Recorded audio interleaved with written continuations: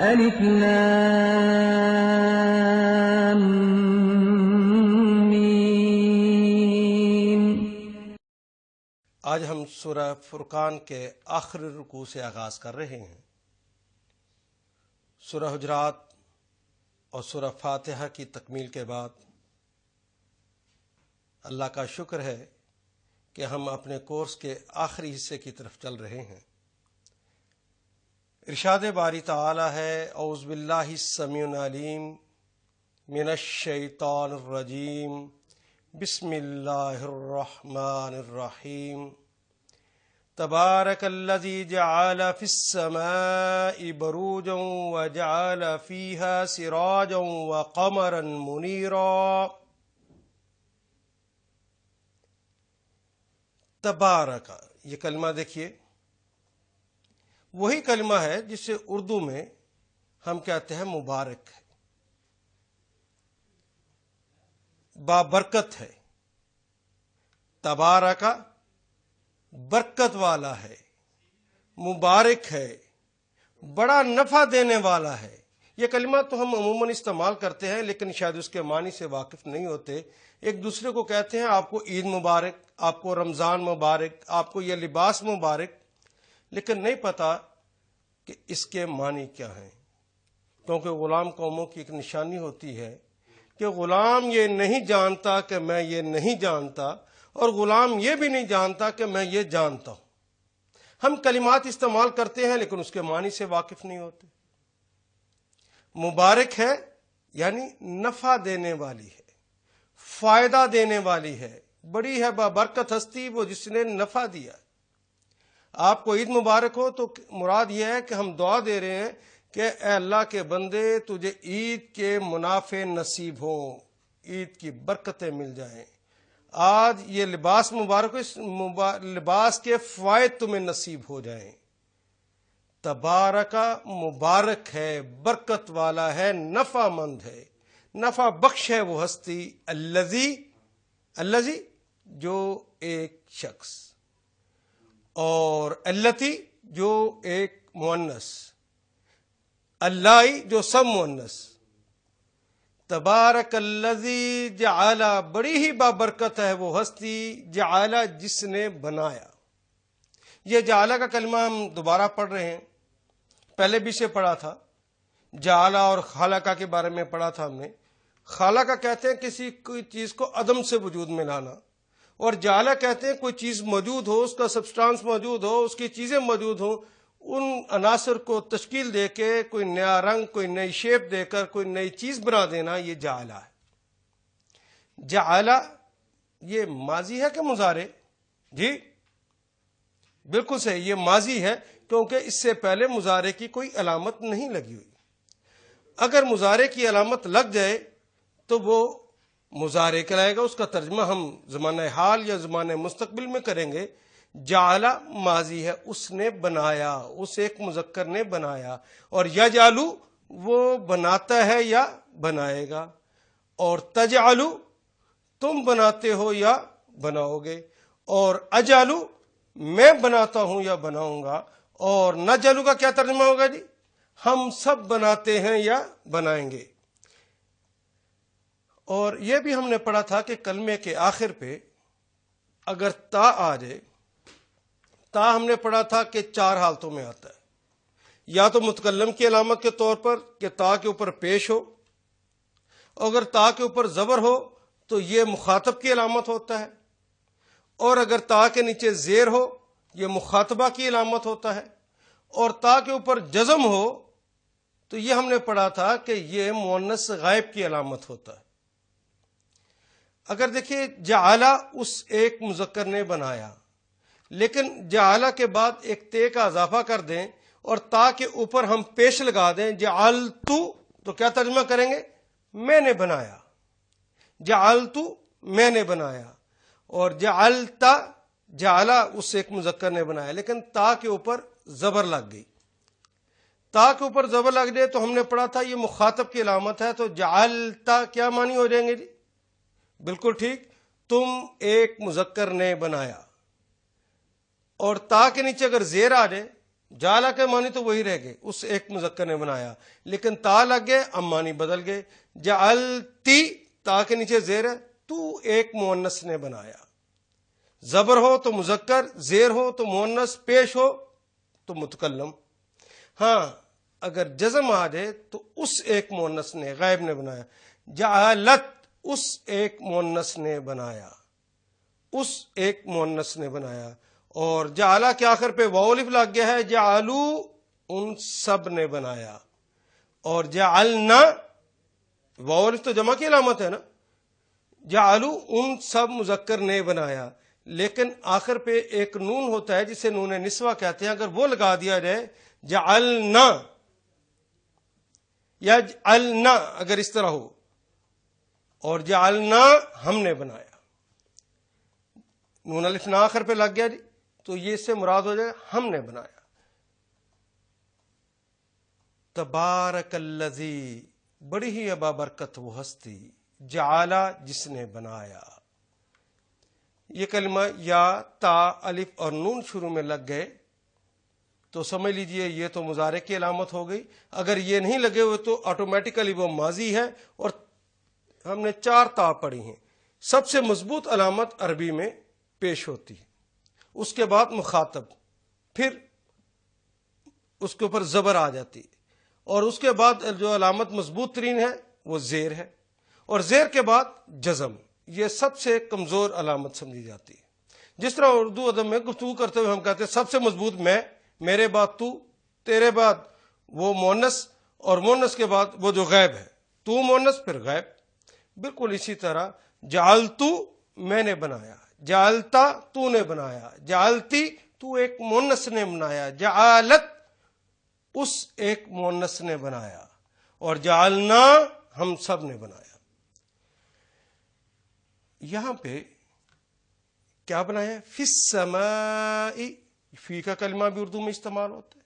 تبارک الذی جعل فی السماء، بڑی ہی بابرکت ہے وہ ہستی، بڑی ہی نفع مند ہے وہ ہستی، نفع بخش ہے وہ ہستی، بڑی ہی فائدہ دینے والی ہے وہ ہستی، جس نے بنایا فی السماء، فی ہماری زبان میں استعمال ہونے والے کلمہ، جس طرح ہم کہتے ہیں فی الحقیقت، حقیقت میں، فی الحال، اس حال میں، فی الفور، ابھی کہنے کے لیے فی کا لفظ استعمال کرتے ہیں میں کے معنوں میں۔ السماء، یہ سما کا مطلب تو ہوتا ہے بلندی، لیکن الف لام شروع میں لگ گیا، الف لام شروع میں لگ جائے تو اس سے مراد ہوتا ہے خاص بلندی، یعنی وہ خاص بلندی جس کے ہم اردو ادب میں آسمان کہتے ہیں۔ آسمان، فی السماء، بلندیوں میں یعنی آسمانوں میں بنایا، بروجن، بروج، یہ کلمہ بھی ہماری زبان میں بڑا استعمال ہوتا ہے۔ لاہور کے لوگ تو جانتے ہیں چو برجی ہے، اچے برج لاہور دے، پنجابی میں کہتے ہیں۔ برج کسے کہتے ہیں؟ برج سے مراد وہ منارہ ہے، برج سے مراد قلعہ ہے، برج سے مراد ستون ہے، اور برج سے مراد گنبد بھی ہوتا ہے۔ اس کو سمجھنے کے لیے یوں سمجھیے، سڑک پہ آپ جا رہے ہوتے ہیں تو سڑک کے کنارے کنارے برجیاں لگی ہوتی ہیں۔ آپ لاہور سے گجرانوالے جا رہے ہیں، برجی پہ لکھا ہوتا ہے اب گجرانوالا اتنے کلومیٹر رہ گئے، اب گجرانوالا اتنے کلومیٹر رہ گئے، اب گجرانوالے اتنے کلومیٹر رہ گئے۔ یہ نشانی ہے منزل پر پہنچنے کے لیے۔ برج سے مراد وہ نشان جو منزل تک پہنچاتا ہے، اسے نشان منزل بھی کہتے ہیں۔ برج ایک کام تو یہ کرتا ہے، اور برج کا ایک کام یہ ہوتا ہے، آپ نے دیکھا کہ یہ برجیاں اونچی اونچی بنا دے، قلعہ دیکھا ہے آپ نے، قلعے کے باہر برجیاں بنی ہوئی ہیں، یہ حفاظت کے لیے بنائی جاتی ہیں کہ باہر سے اگر دشمن آئے تو ان برجیوں میں بیٹھ کر ان کا نشانہ لینا آسان اور ان سے محفوظ رہنا آسان ہو جاتا ہے، اور اس کے اندر بیٹھ کر پہرے دار پہرا دیتے، یہ برجیاں کہلاتی ہیں۔ تو یہ 2 معنوں میں استعمال ہوتا ہے۔ ایک تو اس سے مراد وہ برجیاں ہیں جو رستے کے لیے نشان منزل کا کام کرتی ہیں، پرانے زمانے سے لے کر آج تلک، اس لیٹسٹ زمانے میں بھی جب فضاؤں کے اندر سفر کرنا ہے یا کسی پانیوں کے اندر سفر کرنا ہے، صحراؤں کے اندر سفر کرنا ہے، تو اس زمانے سے لے کر اب تک لوگ نشان منزل کے طور پر ستاروں کو دیکھتے ہیں، ستاروں کے ذریعے اپنے رستے تلاش کرتے ہیں۔ تو گویا یہاں برج سے مراد وہ ستارے ہیں۔ کبھی برج سے مراد لوگ وہ لیتے ہیں، یہ جو 12 برج آپ نے اکثر سنے ہیں جن سے آپ جا کے قسمت کا حال پوچھتے ہیں، وہ بھی اس سے مراد لوگ لیتے ہیں۔ اور برج سے مراد جو قرآن حکیم اور حدیث نبوی کا مطالعہ سے مجھے سمجھ آتا ہے وہ یہ کہ اللہ جل شانہ نے زمین کے اوپر کچھ خصوصی حلقے بنا رکھے ہیں۔ فضا کے اندر چلے جائیں تو پھر آپ نے دیکھا زمین سے فضا کی طرف جاتے ہوئے ایک جگہ ایسی آتی ہے جو غیر مرئی ہے، نظر تو اس کے اندر کچھ نہیں آتا، لیکن اللہ کی لگائی ہوئی ایک لائن ہے۔ اس لائن سے جب کسی راکٹ کو کراس کرنا ہے تو اسے اپنا فیول زیادہ لگانا پڑتا ہے، بڑی قوت لگانی پڑتی ہے، تب وہ جا کے کراس ہوتا ہے۔ یہ جو سفیر اللہ نے بنا دیے ہیں، یہ حفاظت کے نظام کے طور پر بنا دیے ہیں، اس لیے ان کو بھی برج کہتے ہیں۔ ہم ترجمے میں ایسا ہی کہیں گے کہ تبارک الذی جعل فی السماء بروجا، بڑی ہی بابرکت ہے وہ ہستی جس نے آسمان میں برج بنائے، یعنی ستارے بنائے، اور وہ برج بنائے جو حفاظت کا کام کرتے ہیں۔ ابھی ہم جب اس کو تفصیل سے پڑھیں گے اس کے اندر ہم دیکھیں گے کہ یہ حفاظت کا کام کیسے لیا جاتا ہے۔ تبارک الذی جعل فی السماء بروجا وجعل فیہا سراجا وقمرا منیرا۔ واو کے معنی جی ابھی ہم نے پڑھا، وہ ہماری زبان کا کلمہ ہے جی۔ اور جعل ماضی ہے یا مضارع؟ ماضی ہے، کیونکہ اس سے پہلے مضارع کی کوئی علامت نہیں لگی ہوئی۔ وجعل اور بنایا، اس ایک ہستی نے بنایا جس کا تذکرہ پہلے ہوا، یعنی اللہ نے بنایا، فیہا، فی میں، ہا اس میں، اس آسمان میں بنایا۔ وجعل فیہا، اس آسمان کے اندر اس نے بنائے، سراجن، سراج وہی کلمہ ہے جسے اردو میں ہم سورج کہتے ہیں، چراغ کہتے ہیں، دیا کہتے ہیں، سراج دیے کو کہتے ہیں۔ ہم نام بھی رکھتے ہیں چراغ دین، سراج دین، واو کے معنی اور، قمر بھی ہم نام رکھتے ہیں، قمر کے معنی چاند، قمر بنائے یعنی چاند بنائے، اور سورج بنائے، منیرا، منیر نام بھی رکھتے ہیں، روشن، منور، جس سے روشنی ہوتی ہے۔ وجعل، اور اس نے بنایا، فیہا، اس کے اندر، قمرن، چاند بھی، منیرا، روشن، جس نے اس کے اندر چمکتا ہوا اور روشن سورج اور چاند بنایا۔ کیا ترجمہ کریں گے جی؟ خود کیجئے۔ وجعل فیہا سراجا وقمرا منیرا، اور اس میں روشن سورج اور چمکتا چاند بنایا۔ تبارک الذی جعل فی السماء بروجا وجعل فیہا سراجا وقمرا منیرا۔ اب پوری آیت کریمہ آپ کے سامنے آ گئی، اس کا ترجمہ کیجئے۔ دیکھیے آپ کو ترجمہ کرنا اب آ گیا ہے۔ تبارک ہے یعنی بڑی برکت والی ہستی ہے، الذی وہ ہستی، جعل جس نے بنایا، فی السماء آسمانوں میں۔ اب آپ نے اس طرح لفظی ترجمہ کرنے کے بعد اس کو با محاورہ کر دینا۔ وہ بڑی برکت والا ہے، وہ بڑی بابرکت ہستی ہے جس نے آسمان میں برج بنائے اور اس میں چراغ، چمکتا سورج اور منور چاند بنایا، روشن بنایا، یعنی اس نے آسمان میں برج اور ستارے، دونوں معنی ہم کریں گے۔ یہاں پر بھی اس آیہ کریمہ کے اندر دیکھیے، تبارک اور مبارک اور متبرک یہ اردو میں استعمال کرتے ہیں جی۔ جال سازی کا کلمہ بھی اردو میں استعمال ہوتا ہے، جالا کا مطلب بنانا، فی کا بھی، سما کا بھی، اے ارض و سما کے مالک، اور برج کے بارے میں بھی بتا چکا ہوں، یہ بھی ہمارے ہاں استعمال ہوتا ہے، اونچے برج لاہور دے۔ واو کے معنی ہے، اور جعلا بھی، فی بھی ہماری زبان میں استعمال ہونے والے کلمہ ہے، سراج بھی، واو بھی، قمر بھی اور منیر بھی، سارے کے سارے کلمات تو ہماری زبان میں استعمال ہوتے ہیں. باقی صرف ایک کلمہ رہ گیا الذی، اور یہ تو 1.5 میں سے اب بار بار آنے والا ہے. خدا لگتی کہیے یہ قرآن حکیم آسان ہے کہ مشکل ہے؟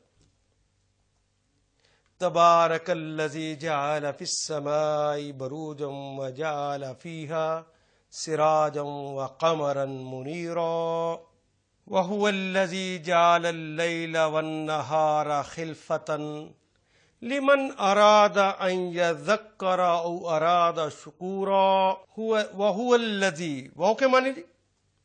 یہ تو ہماری ہی زبان کا کلمہ ہے. شب و روز، لیل و نہار، یہ ہم کلمہ استعمال کرتے ہیں. وہ ہوا الذی، یہاں پہ ہوا آ گیا ہے. اگر آپ کو یاد ہو کہ آغاز کے اندر ہم نے پڑھا تھا ہوا وہ ایک مذکر اور ہیا وہ ایک مؤنث. ہوا مذکر کے لیے آتا ہے اور ہیا مؤنث کے لیے اگر کلمے کے شروع میں آئے اور الگ آئے. اور ہما وہ دو مذکر یا دو مؤنث یا ایک مذکر اور ایک مؤنث. اور ہم وہ سب مذکر اور ہننا وہ سب مؤنث. ہوا وہ ایک مذکر یعنی وہ ایک ہستی.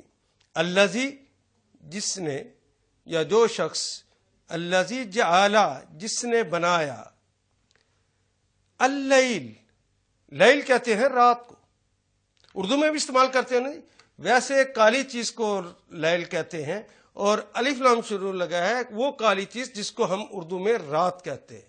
والنہار، واو کے معنی اور نہار، یہ تو اردو پنجابی سندھی سارے استعمال کرتے ہیں اور خصوصاً لاہوریوں کے ہاں تو یہ بھولا ہی نہیں جا سکتا کلمہ. نہار کہتے ہیں منہ نہار کھانا، یعنی صبح جب ہو جاتی دن کو کہتے ہیں. لاہوری تو صبح سے لے کر شام تک نہاری کھاتا رہتا ہے، تو گویا صبح سے لے کر شام تک کا کلمہ نہار کہلاتا. نہار دن. خلفتن یہ بھی ہماری زبان کا کلمہ، اردو میں خلیفہ کہتے ہیں. خلیفہ کہتے ہیں جانشین کو، بعد میں آنے والے کو. لیمن، یہاں خلیفہ جو ہے آپ دیکھیے کہ نبی اکرم صلی اللہ علیہ وسلم کے خلیفہ حضرت ابو بکر ہیں اور حضرت ابو بکر صدیق کے خلیفہ حضرت عمر ہیں. یہ رسول اللہ کے نہیں کہلائیں گے، یہ حضرت عمر کے کہلائیں گے کہ ان کے جانشین. اور حضرت عمر کے بعد عثمان بن عفان ان کے جانشین ایک کے بعد دوسرا آنے والا. لیمن یہ کلمہ لام جمع من سے مل کر بنا. لام کے لیے، من جو، اس کے لیے جو کے. پہلے آپ نے کلمہ پڑھا تھا من کے معنی ہوتے ہیں سے، لیکن یہاں میم کے اوپر زبر ہے. جب زبر آ جائے میم کے اوپر اور آخر پہ نون ہو تو من کے معنی ہوتے ہیں جو یا کون. من بالباب، دروازے پر کون ہے. لیمن لام شروع میں ہے، یہ لام تعلیل کے لیے. لیمن اس کے لیے جو کہ ارادہ، جو یہ ارادہ رکھتا ہے، جو یہ چاہتا ہے. جی ارادہ اس نے ارادہ کیا. یہ کلمہ شروع میں ارادہ جو ہے اس سے پہلے چونکہ مضارع کی کوئی علامت نہیں لگی اور یہ جو الف ہے یہ تو اصل کلمے کا ہے. اردو میں بھی ارادہ کے آغاز الف سے ہوتا ہے، تو گویا یہ الف شروع میں جو لگا ہے یہ مضارع کی علامت نہیں ہے. اور اس کے بعد آپ دیکھیے کہ الف کی جگہ پر اگر ہم یا لگا دیں جو مضارع کی علامت ہے یریدو، تو کیا ترجمہ کریں گے؟ وہ چاہتا ہے یا چاہے گا. ارادہ اس نے چاہا، یریدو وہ چاہتا ہے یا چاہے گا. یا کی جگہ تا لگا دیں تو تریدو تم چاہتے ہو یا چاہو گے. اریدو میں چاہتا ہوں یا چاہوں گا. اور نون لگ جائے تو نریدو ہم چاہتے ہیں یا چاہیں گے. ان ہم نے پڑھا تھا کہ یہ کلمہ نون کے اوپر صرف ہم نے دیکھنا جزم ہے کہ نہیں.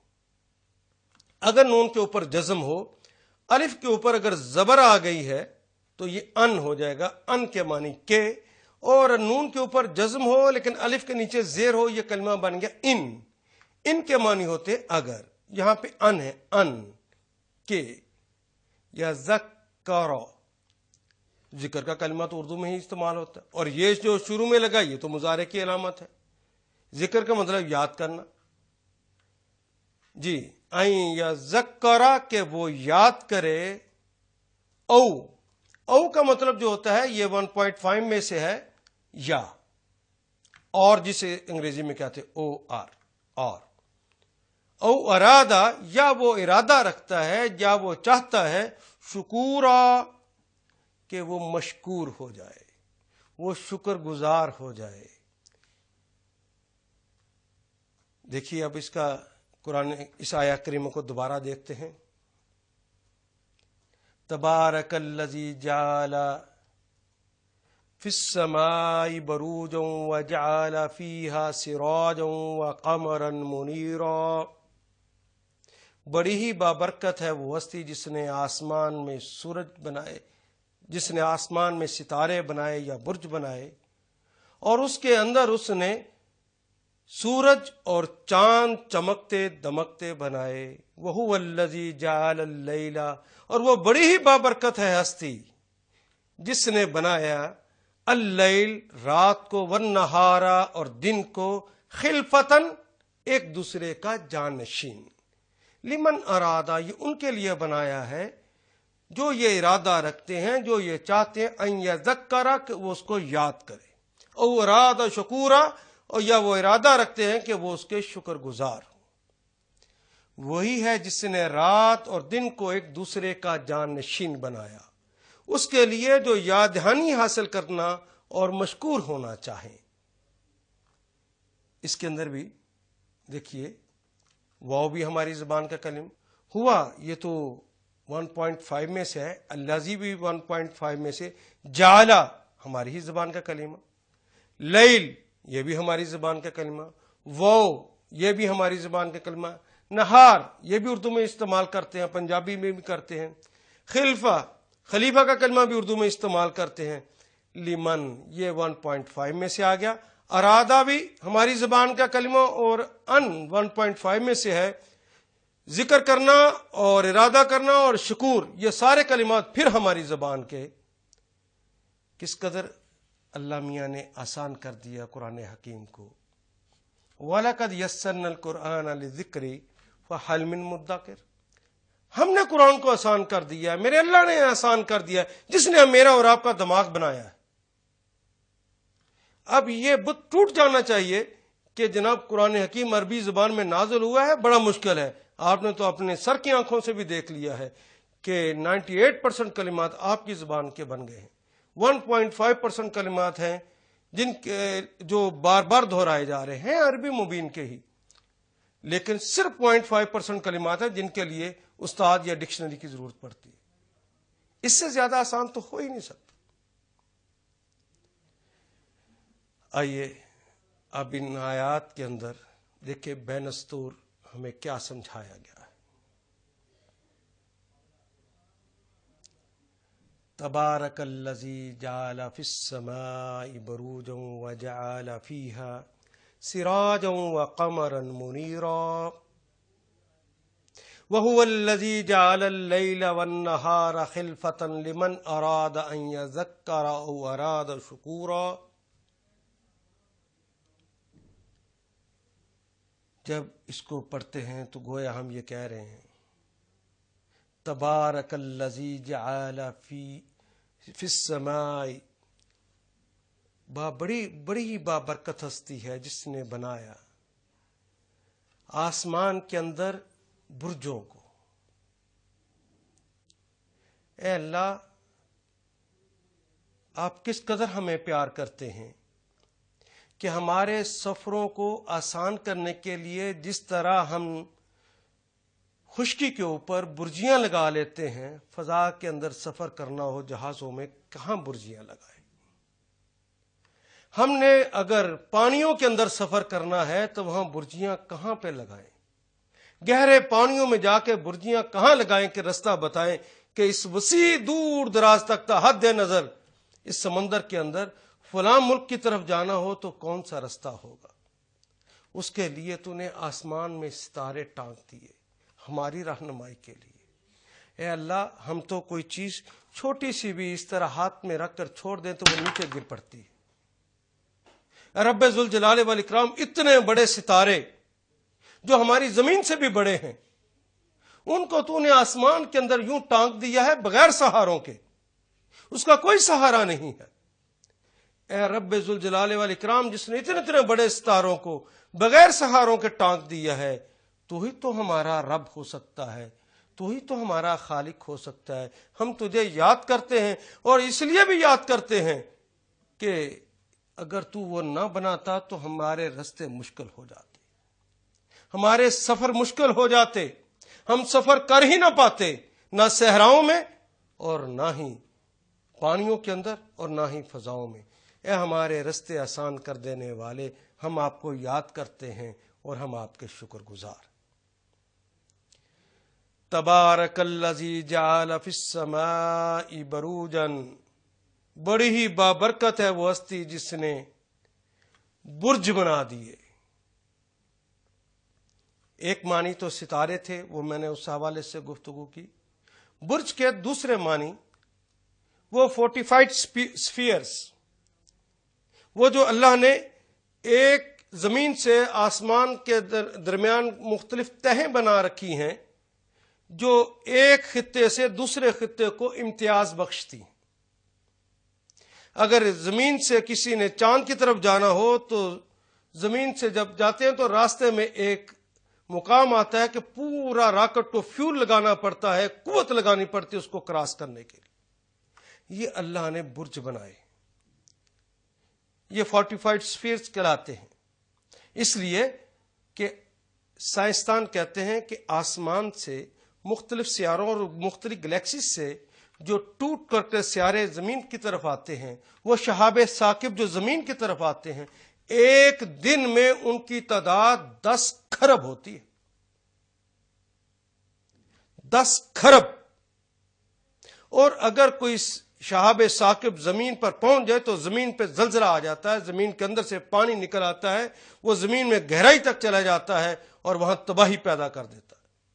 اور خدا لگتی کہیے کہ اگر 10 کھرب شہاب ثاقب زمین پر آن پڑتے تو زمین بچ جاتی۔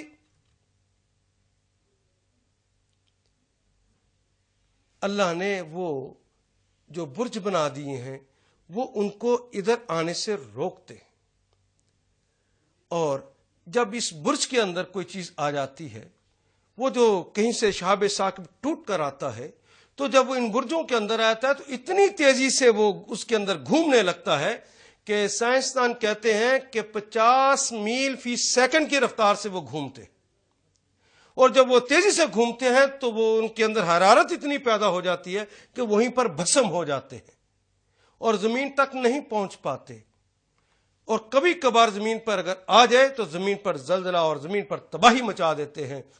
اگر 10 کھرب ہی آ جاتے تو اللہ زمین تباہ ہو جاتی، میں کہاں رہتا۔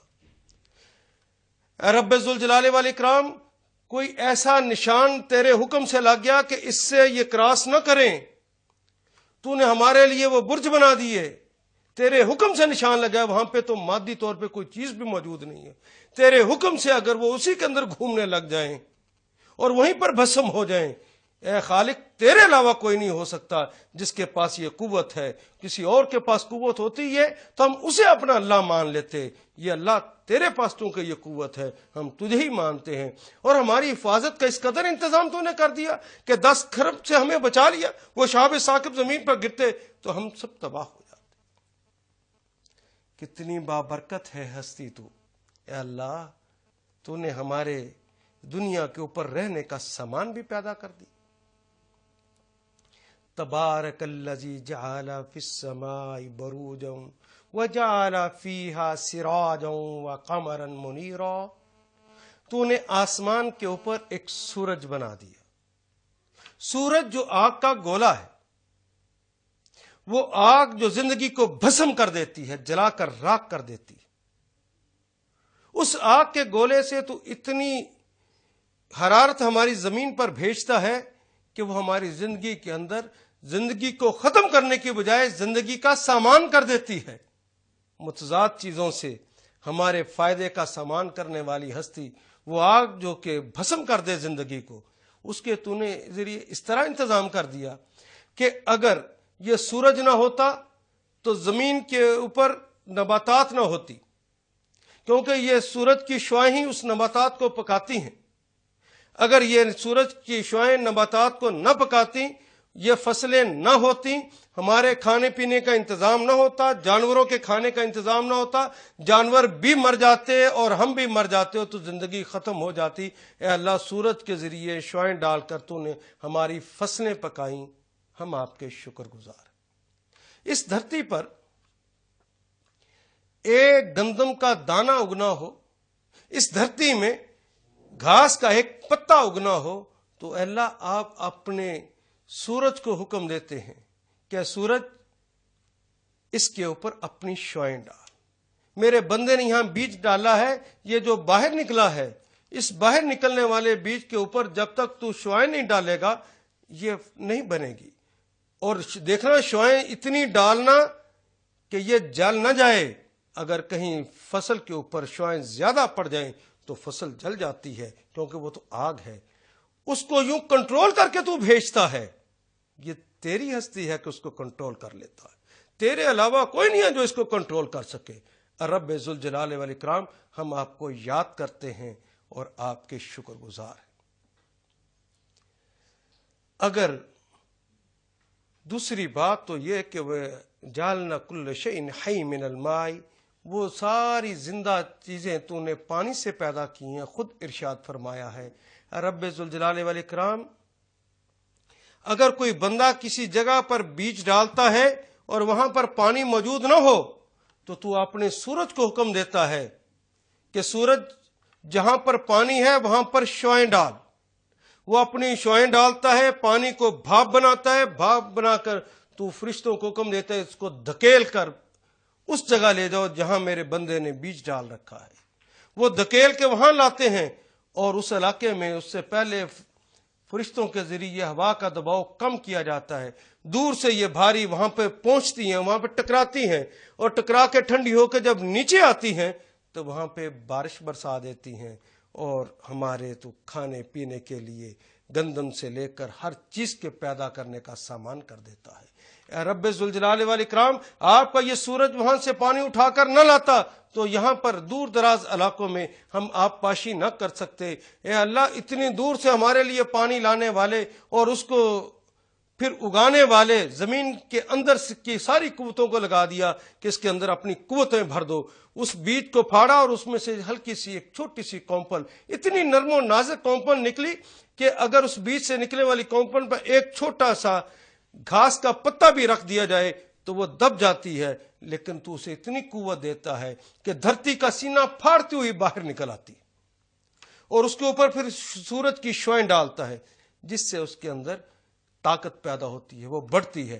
لیکن سورج کی اگر شعاعیں اکیلی پڑیں تو میرے اللہ، وہ سورج جو شعاعیں ڈالتا ہے وہ تو کلوروفل پیدا کرتا ہے، اور کلوروفل تو کڑوا ہوتا ہے۔ وہ جو اناج پکتا وہ تو کڑوا ہوتا۔ تو نے ہمارے ذوق کا بھی اس قدر اہتمام کیا کہ اس کو میٹھا کرنے کے لیے بھی تو نے انتظامات کر دیے۔ تو نے سورج کی ہی شعاؤں سے کو چاند پر بھیجا اور چاند کو کہا وہاں سے شعاعیں لے کر ٹھنڈی کر کے تم نے اب اس پھل کے اوپر ڈالنی ہے، اس پتے کے اوپر ڈالنی ہے۔ جب سورج سے آئی ہوئی شعاعیں جو چاند سے ہو کر آتی ہیں، وہ ٹھنڈی ہو کے جب آتی ہیں، اس کے اندر تو نے اس کی تاثیر بدل دی۔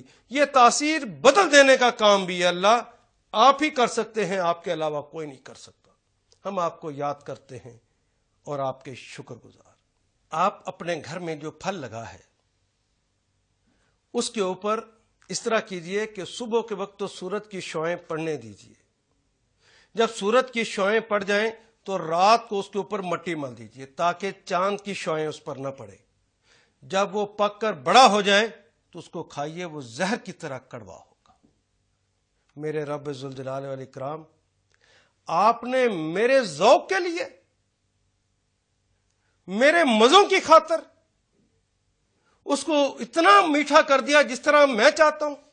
اگر میرا جی چاہتا ہے کہ آم اس طرح کا ہو تو انہیں اس کو اتنا میٹھا کر دیا. اگر میں نے چاہے کہ وہ مالٹا اتنا میٹھا اور اتنا کھٹا ہو تو انہیں اس کو ویسے کر دیا.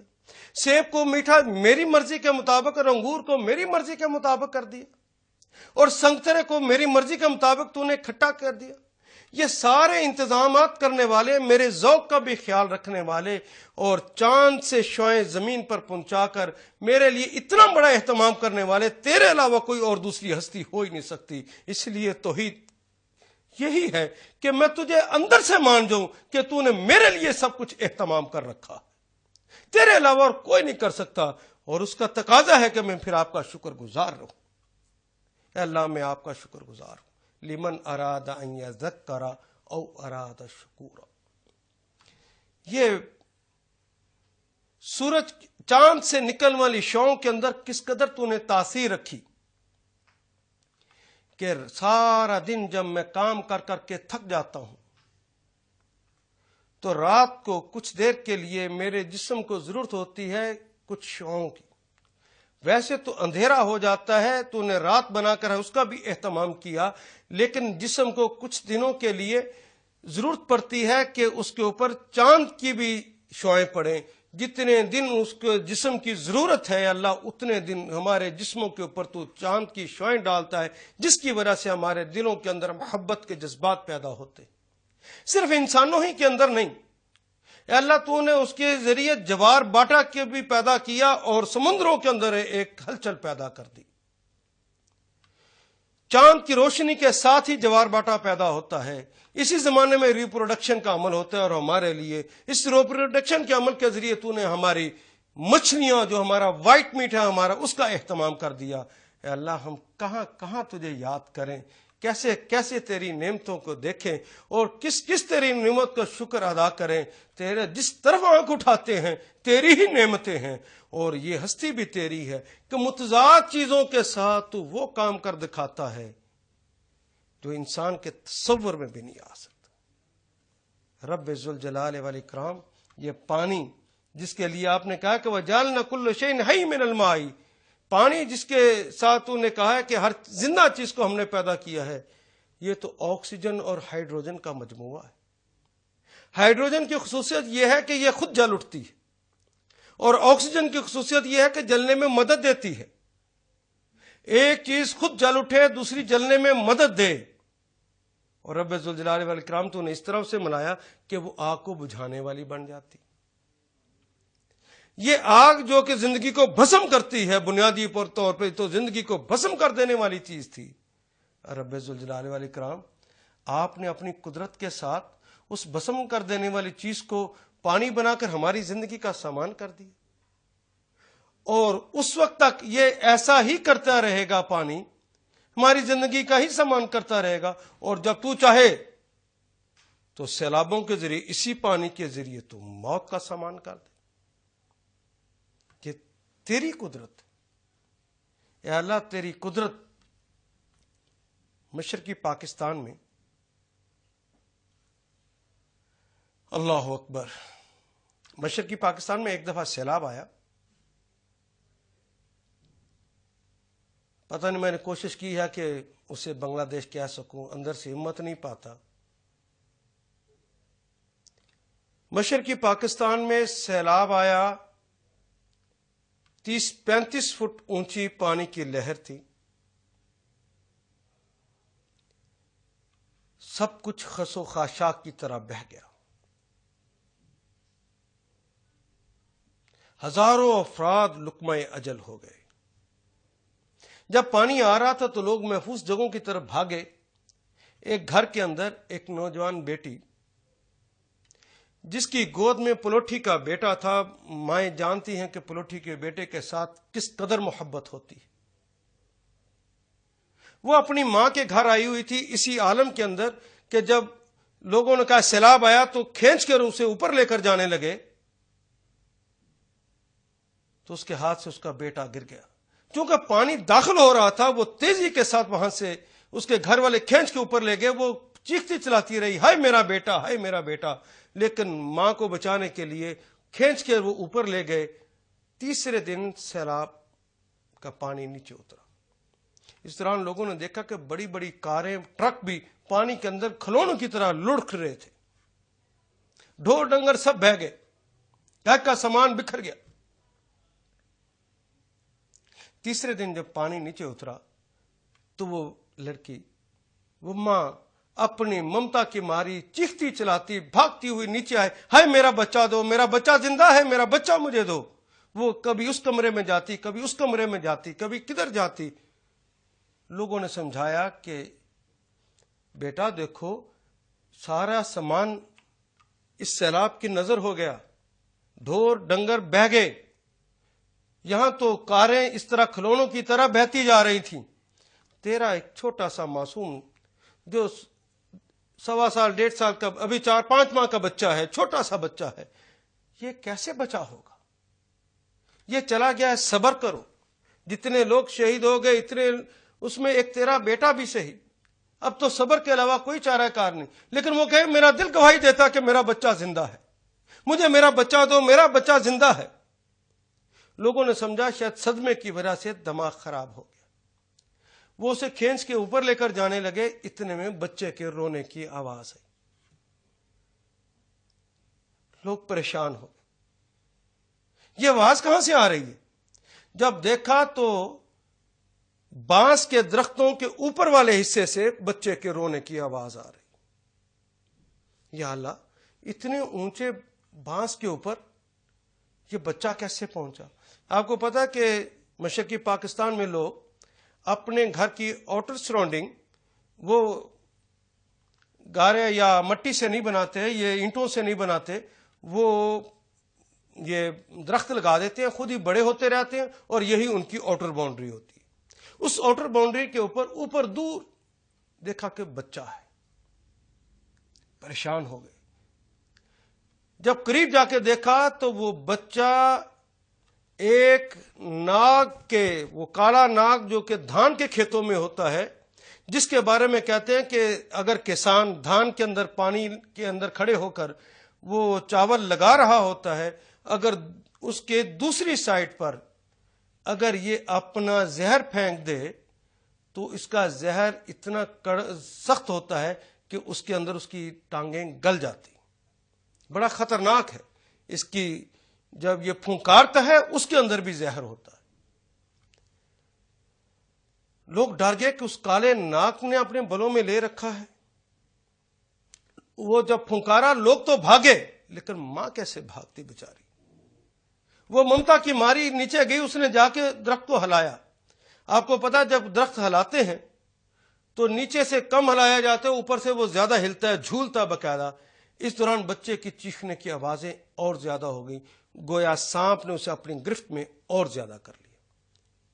وہ دعائیں کرتی جا رہی ہے، جب وہ ارتعاش رکا تو سانپ نے اپنے بلوں کو کھولا، اس نے اپنی جھولی پھیلا رکھی تھی تو اللہ نے وہ صحیح سالم بچہ ماں کی گود میں دے دیا۔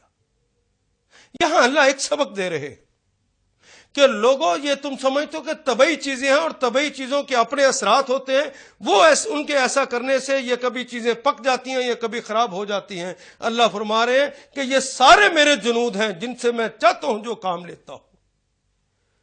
یہ پانی جو کہ ساری زندگی پوری میں نے قرآن حکیم میں لکھ دیا ہے کہ یہ پانی زندگی دیتا ہے، میں چاہوں تو اس پانی سے ہزاروں افراد کو لقمہ اجل بنا دوں، جس طرح یہاں آج اس سیلاب کے اندر بنا دیا ہے، اور چاہوں تو وہ سانپ جو موت بانٹتا پھرتا ہے، اس سانپ کے ذریعے میں انسان کے بچے کی مدد کروں اور اس کو وہاں سے بچاؤں۔ یہ زندگی اور موت، یہ فائدے اور نقصان، یہ طبعی چیزوں کی وجہ سے نہیں ہوتے، یہ خالصتاً اللہ کے حکم سے وہ طبعی چیزیں عمل کرتی ہیں۔ ایک دن آئے گا کہ یہی پانی جو کہ اللہ کے حکم سے اس طرح اکٹھا ہوا ہے کہ آگ کو بجھانے والا ہو گیا ہے، زندگی کا سامان کرنے والا ہو گیا ہے۔ 30ویں پارے میں اللہ نے اعلان کیا ہے ایک دن آئے گا کہ یہ دونوں بائفرکیٹ ہو جائیں گی گیسیں، ہائیڈروجن کو خود ہی آگ لگ جائے گی اور آکسیجن گیس جو ہے وہ بھڑکنے میں چونکہ مدد دیتی ہے، اس کو بھڑکنے میں مدد دے گی، جس کو 30ویں پارے میں یوں کہا کہ ایک دن آئے گا جب سمندروں میں آگ لگ جائے گی۔ یہ سمندروں کا آگ لگنا ہے۔ جس دن آکسیجن پھر ختم ہو جائے گی۔ رب ذوالجلال والاکرام، ہم آپ کو مانتے ہیں کہ یہ ساری قدرتیں آپ کی ہیں، اور متضاد چیزیں جو بظاہر نقصان دینے والی ہوتی ہیں اس سے بھی آپ ہمارے فائدے کا اہتمام کرتے ہیں، اس لیے ہم آپ کے شکر گزار۔